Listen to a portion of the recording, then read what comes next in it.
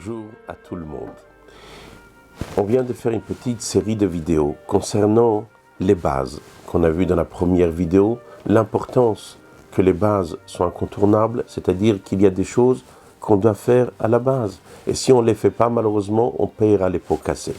Dans la deuxième vidéo, on a parlé que cette perte que nous avons à l'origine, elle n'est pas simplement une perte pour rien, elle est incontournable. La seule manière de pouvoir gagner, il y a un moment de perte. Mais nous, on ne veut pas perdre ni notre temps, ni notre énergie, ni notre argent. Et c'est pour cela qu'on veut passer directement à la deuxième étape. Mais il nous dit à Kadosh Baruch Hu, j'ai créé le monde, Dieu nous dit, j'ai créé le monde d'une manière telle que si tu veux gagner, tu es obligé de passer par une perdition.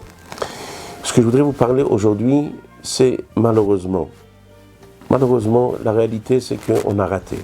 On a raté ses bases. Aujourd'hui, il y a une carie. Malheureusement, on a raté ses bases. L'enfant ne va pas dans la bonne direction. Malheureusement, on a raté les bases. Dans le couple, il bat de l'aile.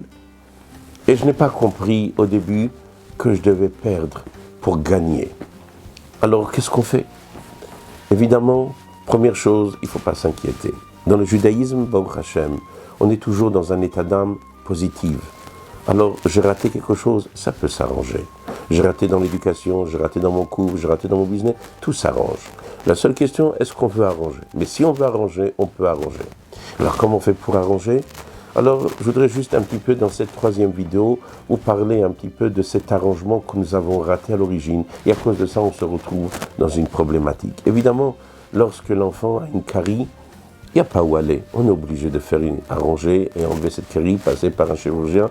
C'est des fois que Dieu préserve, ou des fois tout simplement par un dentiste. Des fois, c'est devenu pire. Ça a touché même l'os et on doit arriver même à la chirurgie. La même chose dans le couple, la même chose dans l'éducation. Des fois, on est arrivé à un niveau très très élevé où les choses sont gravissimes. Les parents se sont mêlés, les familles se sont mêlées. Ça a créé des guerres. Mais dès que les deux parties, l'homme et la femme, ont décidé que ça s'arrange, ça peut s'arranger. Dès que les parents ont décidé qu'ils ont un enfant qui n'est pas dans le bon sens, veulent arranger, ça peut s'arranger. La seule différence, c'est à combien on devrait utiliser un système médicamenteux pour pouvoir arranger. Un enfant est parti dans le mauvais chemin, il s'est retrouvé drogué. Alors évidemment, ça ne suffit pas un psychologue. On a besoin d'une vraie thérapie, on a besoin que Dieu préserve, même arriver à des séances de pouvoir le nettoyer de tout cet alcool qu'il a dans son sang ou de le nettoyer de toutes ces drogues qu'il a dans son sang. Donc évidemment, plus on avance et plus la gravité est là et plus les moyens de nettoyage seront grands. Mais ça peut s'arranger. Mais déjà, la première chose, évidemment, je ne pense pas que la majorité des gens se retrouvent, même si malheureusement on a des cas où ça arrive à des cas extrêmes. Mais même pour ces cas extrêmes, je vais parler d'une manière générale, globale et générale pour tout le monde, pour la masse, et aussi pour ces personnes-là qui se trouvent dans des cas extrêmes. Évidemment, la première chose, c'est de demander à Hachem qui nous aide. Parce que sans l'aide d'Akadosh Baruch Hu, de Dieu, rien ne fonctionne. Mais après que nous avons demandé l'aide d'Akadosh Baruch Hu, l'aide de Dieu, Dieu nous dit, voilà, c'est bien que tu m'as demandé de l'aide, et c'est bien que tu as prié, parce que c'est incontournable, et maintenant je vais t'aider, dit Dieu. Et quand je vais t'aider, j'attends de toi que tu vas faire certaines choses pour que ma bénédiction puisse s'installer à travers le réceptacle que tu vas me donner. Et ce réceptacle-là est de comprendre que des fois on a besoin de s'arrêter.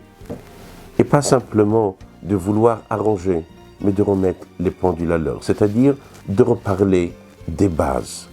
Je vous donne un exemple simple et qu'on puisse le comprendre. Un des problèmes que nous avons, d'une manière générale, c'est ce qu'on appelle l'égoïsme.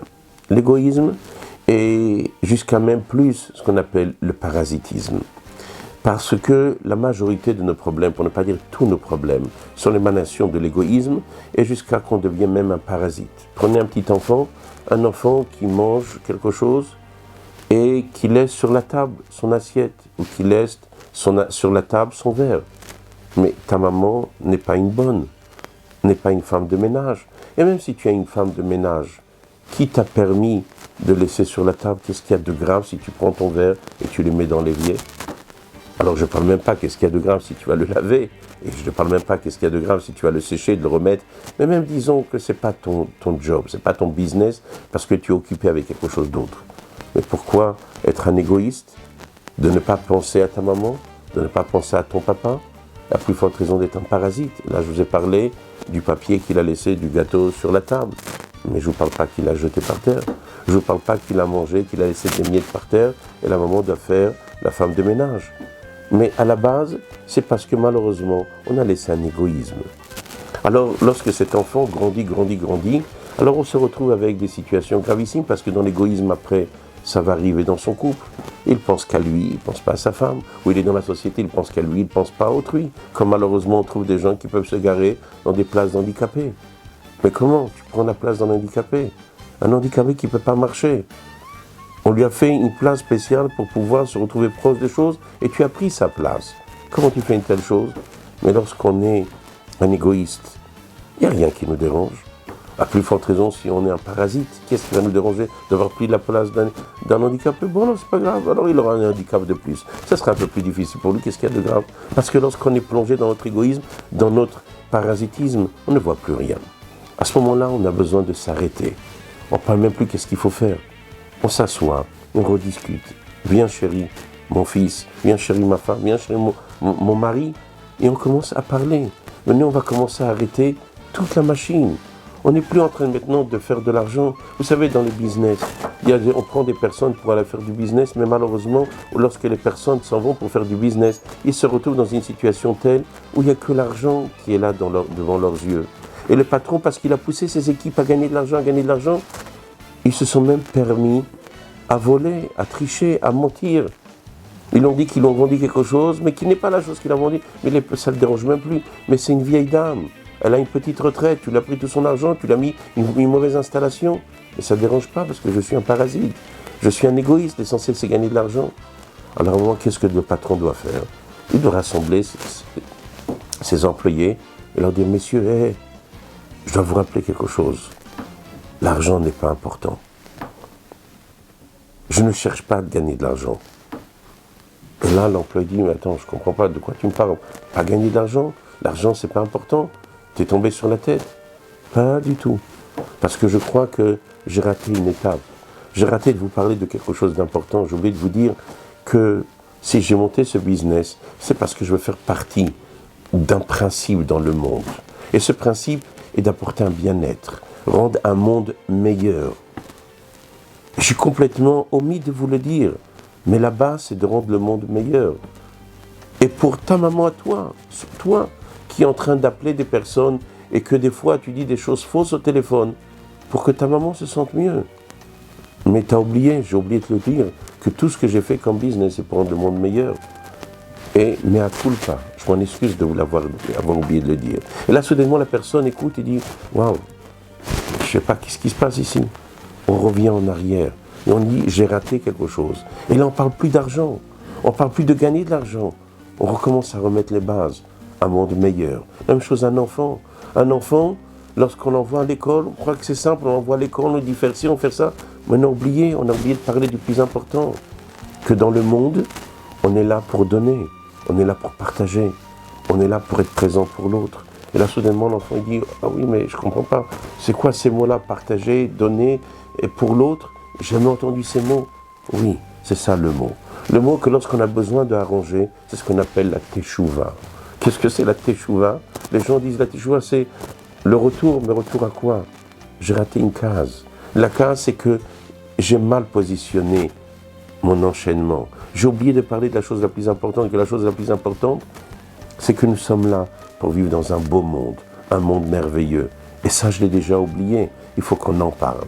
Alors, le mot que je voudrais vous dire aujourd'hui, c'est que dans la première vidéo, on a parlé de l'importance qu'il y a des bases.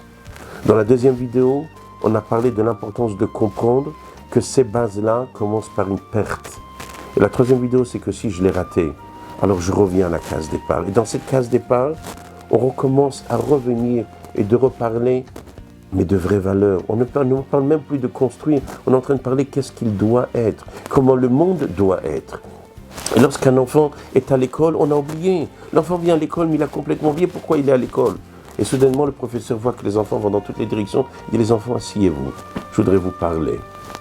Et là, l'enfant dit, livre de géographie, Chumash, Gemara.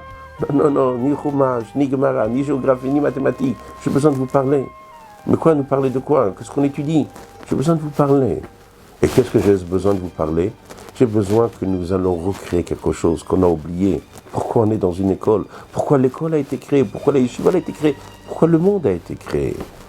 Et là, l'enfant, on le ressort de ce n'importe quoi dans lequel il se trouve, on retourne à la case départ et on commence à réfléchir. Alors que Dieu fasse que chacun d'entre nous va prendre ce temps-là.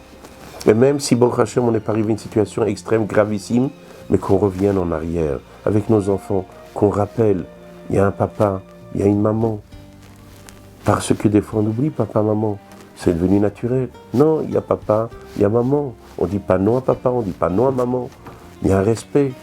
Et nous, on attend ce respect de nos enfants parce que nous aussi on le montre à nos parents. Mais nous aussi on a oublié notre papa et notre maman parce qu'on a oublié ce respect. Alors que Dieu fasse que chacun d'entre nous va se réveiller et surtout de se rappeler, tout s'arrange. Il n'y a pas une chose qui ne peut pas s'arranger. La seule différence, c'est que plus la catastrophe est grande et plus la réparation est plus lourde et difficile. Mais elle est possible. Et pas simplement possible, elle est là, elle est présente, elle nous attend. Alors une grande réussite à chacun d'entre nous avec la venue de ma chère Tzidkenu. Amen, Kenny Ratson.